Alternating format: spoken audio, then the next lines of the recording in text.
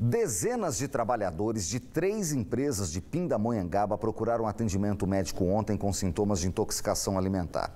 Só no pronto-socorro da cidade foram cerca de 60 pacientes, fora os atendimentos na rede particular do município e também em outras cidades. A Vigilância Sanitária de Pindamonhangaba identificou o local que fornecia marmitas para as empresas e coletou amostras para análise. Os resultados devem sair em cerca de 20 dias. Todos os pacientes se recuperaram bem, mas a intoxicação alimentar pode se tornar grave, principalmente em crianças e idosos. E para falar mais sobre esse assunto que é tão importante, eu recebo aqui no estúdio o Valmir Carneiro, que é engenheiro de alimentos. Obrigado pela presença aqui no Band Cidade. Valmir, boa tarde para você. Boa tarde. Dá para saber o que pode ter acontecido? É comum nessa época época de calor, estragar, causar intoxicação, marmitas desse tipo? Nessa época do ano a gente tem que tomar um pouco mais de cuidado, porque as temperaturas altas vão facilitar o crescimento desses micro-organismos. Então, muitas vezes, algumas empresas, alguns restaurantes que vão preparar muitas marmitas, então, por exemplo, do tempo que aquela marmita foi preparada até o tempo que a pessoa consumiu, quanto tempo aquilo se passou? Será que ficou num caminhão, imagina um furgão desses aí, com várias marmitas, ou até onde fica ali o motoboy transporta aquilo ali, a quantos graus que aquilo não fica debaixo de sol? Então, vai ficar numa temperatura onde os micro-organismos vão crescer com maior facilidade. Então, essa questão da temperatura tem que se tomar um cuidado maior e também a questão da higiene em toda essa preparação, todas essas etapas, né? Antes da gente falar da higiene, engenheiro, eu queria falar um pouco mais sobre a questão da temperatura. Muitas empresas servem quente. As marmitas vêm acondicionadas em isopores quentes, outras servem frias e a pessoa esquenta muitas vezes no local. As que vêm geladas têm mais segurança, mesmo as bem quentes que você viu que foi preparada ali, se mantém bem quente, pode trazer riscos?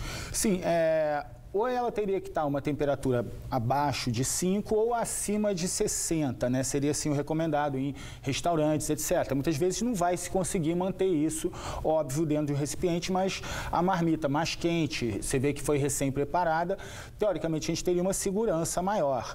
Mas a questão é o quê? Foi reaproveitado alguma sobra? Como é que aquele alimento foi armazenado? Que muitas vezes você vai pensar na maionese, mas no arroz você pode ter o crescimento do bacillus cereus. Até em casa, as pessoas às vezes, vou guardar o alimento. Guarda onde? No forno.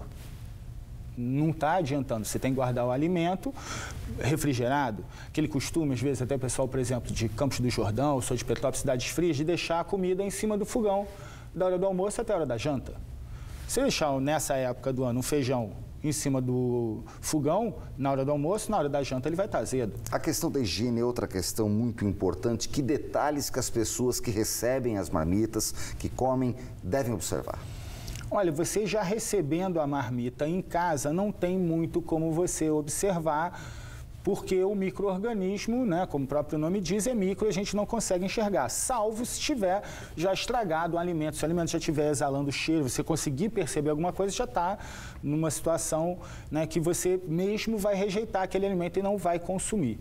Né? Então, a questão é o quê? O alimento ele vai parecer tá bom, mas muitas vezes ele pode ter uma quantidade de micro-organismo ou uma toxina que foi formada naquele produto e você não percebeu, né? Para a gente encerrar, crianças e idosos, é preciso um cuidado ainda maior? Sim, crianças, idosos e pessoas imunocomprometidas ou que estão fazendo algum tratamento de câncer ou estão tomando alguma substância, né, que vai inibir o sistema imunológico, então você tem um maior risco, né? A maioria das pessoas, né, você pode ter ali uma diarreia, vômito, alguma coisa assim, mas normalmente não passa muito disso. Mas, por exemplo, se for numa empresa, imagina todo mundo com diarreia e vômito. Parou a empresa, parou a produção, prejuízo. Então, assim, a gente tem uma legislação muito boa, mas tem que ser seguida. Então, as pessoas têm que seguir as boas práticas de fabricação, né, os restaurantes, as empresas, e dentro de casa buscar ter esse cuidado de não deixar o alimento exposto a temperaturas altas. Valmir Carneiro Seschini, engenheiro de alimentos, muito obrigado pela atenção com o Band Cidade. Até uma próxima oportunidade. É um prazer, sempre precisar. Eu que agradeço. A gente vai agora com imagens ao vivo da rodovia Presidente Dutra, em São José dos Campos. Aí já a saída de Jacareí, já o retão de Jacareí, o tráfego é livre em toda a região do Vale do Paraíba. É um bom momento para você fazer a sua viagem para o final de semana. E olha, siga conosco que depois do intervalo tem muita coisa bacana aqui no Band Cidade, também no litoral, hein? Não sai daí, tem agenda cultural, 1h09 agora.